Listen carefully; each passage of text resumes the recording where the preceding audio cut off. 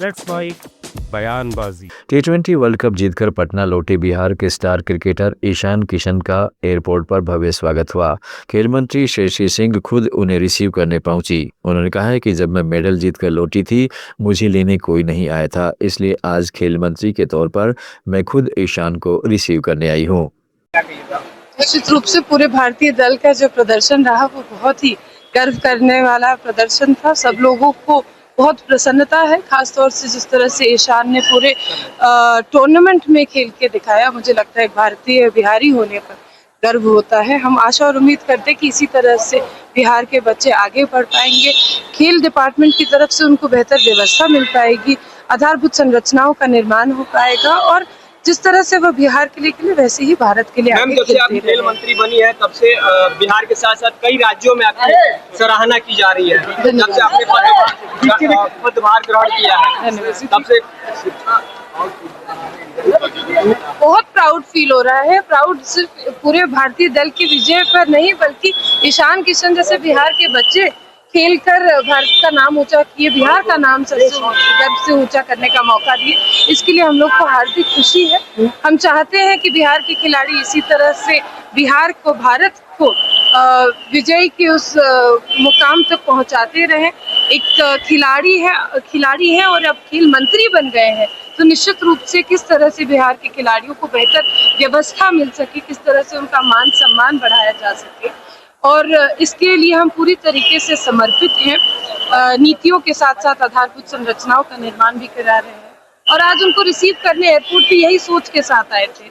अक्सर हमने अपने भाषण में कहा है कि जब हम अपना पहला अंतर्राष्ट्रीय पदक जीतकर आए थे, एयरपोर्ट पे जब आए थे तो हर संघ के लोग आए अलग अलग राज्यों से और वो अपने अपने खिलाड़ियों को लेकर गए। लेकिन उस वक्त अफसोसजनक बात यह थी कि बिहार से मुझे लेने के लिए कोई नहीं आया था, रिसीव करने के लिए नहीं आया था। तो आज जब हमारी देश में कमर्शियल एलपीजी सिलेंडर की सप्लाई पर रोक की खबरों के बीच कांग्रेस सांसद प्रियंका गांधी वाड्रा ने बढ़ रही महंगाई के संकट पर चिंता जताई है। उन्होंने कहा है कि सरकार अमेरिका के ट्रेड डील के सामने झुकी है, उससे संकट बढ़े हैं और जंग भी है तो संकट और बढ़ेंगे। इसके साथ ही प्रियंका गांधी ने केंद्रीय मंत्री गिरिराज सिंह के राहुल गांधी के छोटे पायजामे वाले बयान पर तंज कसते हुए कहा कि फिजूल बातें नहीं होनी चाहिए। जिस तरीके से मंडरा रहा है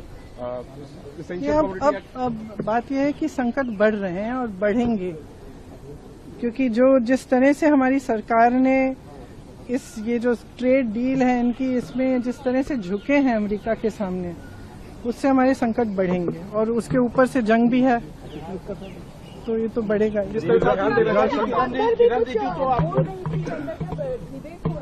जी, क्योंकि रिजिजू जी ने कहा कि मैं हंस रही थी उनकी बातों पे, तो मैंने स्पष्ट किया कि मैं क्यों हंस रही थी। गिरिराज सिंह कह रहे हैं कि राहुल गांधी छोटा पैजामा क्यों पहनते हैं? अब कैसा सवाल है, आप मेरे से क्या पूछ रहे हैं? ट्वीट करिए। वो कह रहे हैं तो मंत्री है, मतलब ऐसी बातें होनी चाहिए कि जो आज देश में संकट है, जो लोग भुगत रहे हैं इनकी पॉलिसीज की वजह से, उनकी बातें होनी चाहिए। एलपीजी सिलेंडर की कीमतों में बढ़ोतरी के लिए झारखंड की मंत्री दीपिका पांडे ने भी केंद्र सरकार को जिम्मेदार ठहराया है। उन्होंने कहा है कि ये सवाल केंद्र में जो लोग बैठे हैं उनसे होना चाहिए। अगर वे सुझाव चाहते हैं तो राहुल गांधी के साथ बैठें और विपक्ष से बात करें।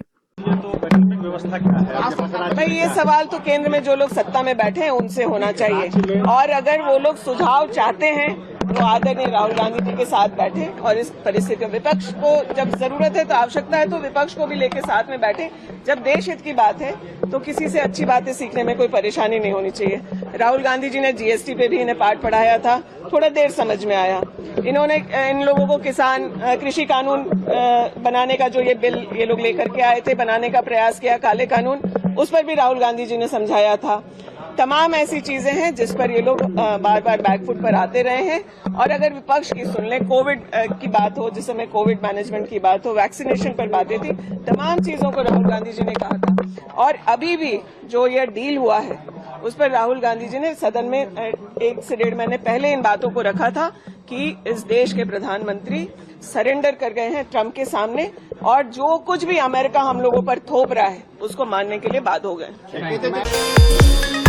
कांग्रेस सांसद गौरव गोगोई ने संसदीय कार्य मंत्री किरण रिजिजू पर सवाल उठाया कि भविष्य में जब संसदीय रिकॉर्ड पर रिसर्च होगी तो आंकड़े साफ बताएंगे कि रिजिजू ही वो मंत्री थे जिन्होंने विपक्ष को सबसे ज्यादा टोका। गोगोई ने सदन की कार्रवाई का हवाला देते हुए कहा है कि रिजिजू लगातार विपक्षी सांसदों को बीच में रोकते हैं, माइक बंद करवाते हैं और बहस को दबाने की कोशिश करते हैं। भविष्य में जब पार्लियामेंट्री रिकॉर्ड्स को देखते हुए जब रिसर्च होगा, ट्रांसक्रिप्ट्स देखे जाएंगे, तो ये भी एक रिसर्च होगा कि सबसे विपक्ष के बोलते हुए सबसे ज्यादा इंटरप्शन करने वाले पार्लियामेंट्री अफेयर्स मिनिस्टर किरण रिजिजू जी होंगे। स्टैटिस्टिक्स बोलेंगे, गृह मंत्री जी स्टैटिस्टिक्स बोलेंगे। माननीय अध्यक्ष जी। तृणमूल कांग्रेस सांसद महुआ मोइत्रा ने लोकसभा स्पीकर ओम बिरला पर गंभीर आरोप लगाते हुए कहा है कि विपक्षी सांसदों की बात बीच में ही माइक बंद कर देना और संसद टीवी पर उन्हें ब्लैकआउट करना एक सुनियोजित कला बन गई है। उन्होंने इसे लोकतंत्र के मंदिर में अभिव्यक्ति की स्वतंत्रता पर हमला बताया। So in the Lok Sabha, past speakers have allowed not just the LOP but also senior members to intervene in debates. For example, former Prime Minister Chandrasekhar ji, when he came back in 96 as the sole member of the Samajwadi Janata Party, often stood up and was allowed to speak.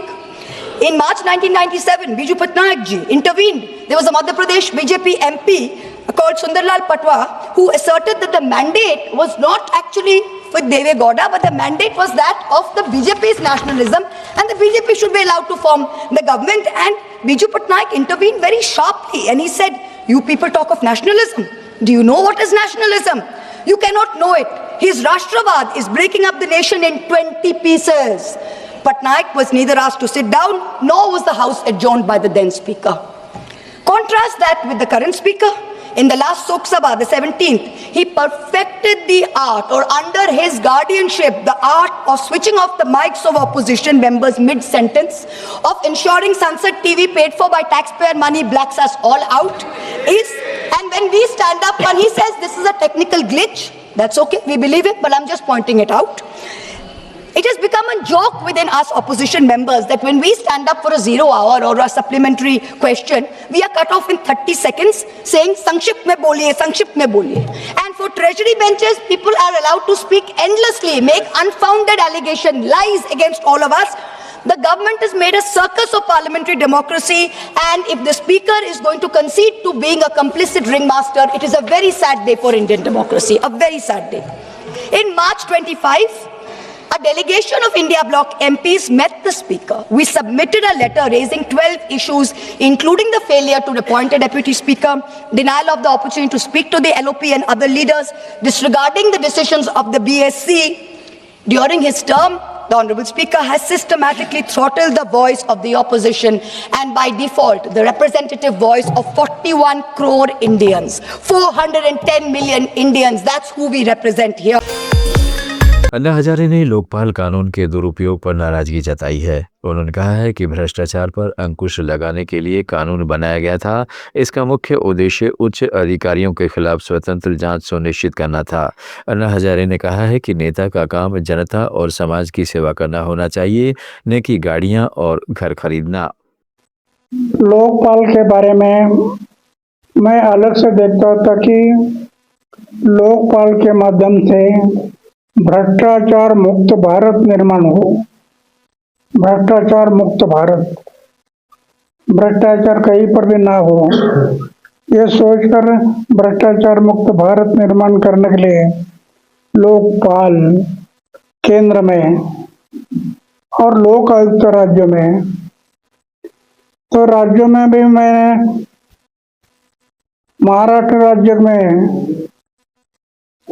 Devendra Fadnavis मुख्यमंत्री थे, मैंने committee बनाई और लोक आयुक्त कानून बनाया, लोकपाल लोक आयुक्त, ये दोनों कानून में बनाया था।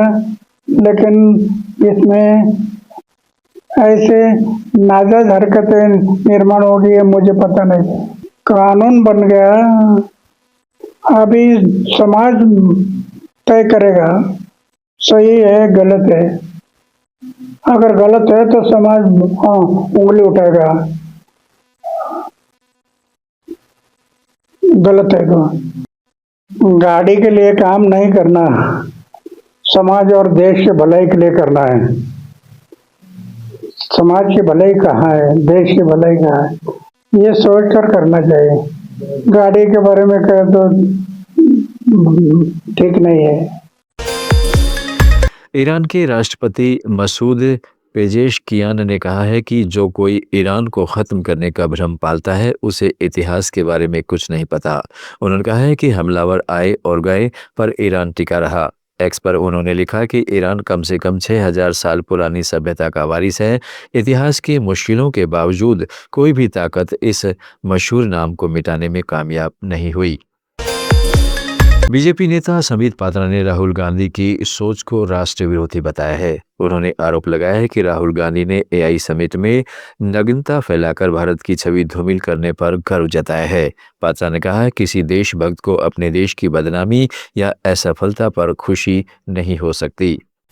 भारत के खिलाफ जिस प्रकार का प्रदर्शन विश्व के दरबार के सामने किया था, उस समय भी भारतीय जनता पार्टी ने बड़े स्पष्टता के साथ कहा था कि यह जो प्रदर्शन, नग्न प्रदर्शन किया गया, जिसके लिए हमने कहा था topless, brainless and shameless protest by the Congress party, यह कोई संयोग नहीं था, यह एक प्रयोग था।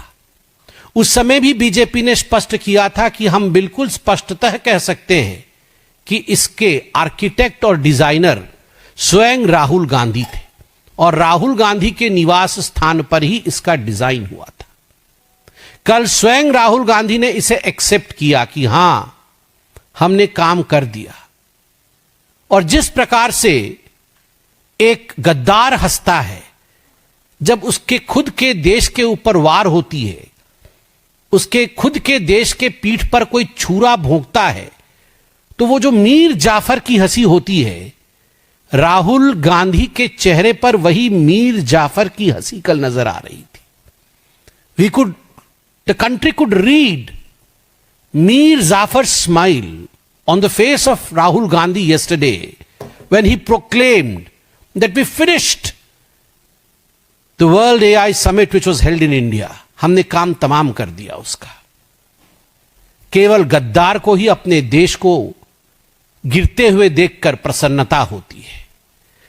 और कल ये प्रूव हुआ कि Rahul Gandhi was the architect, the designer and the one in the driving seat of demeaning and defaming India. Madhya Pradesh में विपक्ष के नेता उमंग सिंघार ने आरएसएस प्रमुख मोहन भागवत के बयान का हवाला देते हुए बीजेपी पर वैचारिक विरोधाभास का आरोप लगाया है। उन्होंने कहा है कि भागवत खुद मानते हैं कि सनातनी बाद में आए, पहले इस देश में मूल निवासी आदिवासी आए। जो बीजेपी को पहले अपने विचारों का विरोधाभास समझना चाहिए, फिर आदिवासी समाज पर उंगली उठानी चाहिए। उमंग ने जाति जनगणना में आदिवासी धर्म कोड को स्पष्ट करते हुए कहा है कि यह बांटने का प्रयास नहीं बल्कि आदिवासी समाज की परंपराओं, रीति रिवाजों और सांस्कृतिक न्याय व्यवस्था को सम्मान देने की पहल है। आदिवासी कोड को लेकर आपने अलग से कोड होनी चाहिए, उनकी सुनवाई अलग से होनी चाहिए। देखिए, जब सभी को कोड अगर मिला है संविधान के हिसाब से, तो यहाँ के मूलवासियों को आजादी के पहले भी कोड था। तो आदिवासी कोड को लेके अगर उनकी रीति रिवाज, उनकी संस्कृति को लेके अगर मैं आदिवासी कोड की बात करता हूँ तो क्या परेशानी? क्या हिंदू को कोड नहीं है? क्या मुस्लिम को कोड नहीं है? क्या जैन को कोड नहीं है? क्या सिख को कोड नहीं है? और क्यों किसी को आपत्ति हो रही है? मैं समझता हूं कि आदिवासी मूलवासी है और उनकी एक अपनी परंपरा है, उनकी अपनी संस्कृति, हर समाज की परंपराएं संस्कृति होती है। तो सबको अपने अपने अधिकारों को लेके अगर मैं आदिवासी कोड की बात करता हूं तो इसमें क्या बुरा? मैं समझता हूं कि पूरे प्रदेश के अंदर जिस प्रकार से अभी 10 से 15 लाख फॉर्म पूरे भराए गए आदिवासी कोड को लेके, इस संख्या हम आगे इसको ले जाएंगे 50 लाख तक। 2.25 करोड़ आदिवासियों के प्रतिनिधि के रूप में ये द्रौपदी मुर्मू को हम भेजेंगे। सर, लेकिन आपके ऊपर बीजेपी समेत कुछ साधु सन्यासी संगठनों का एक आरोप लग रहा है कि सियासत के लिए जो सनातनी आदिवासी। देश के मिजाज में फिलहाल इतना ही।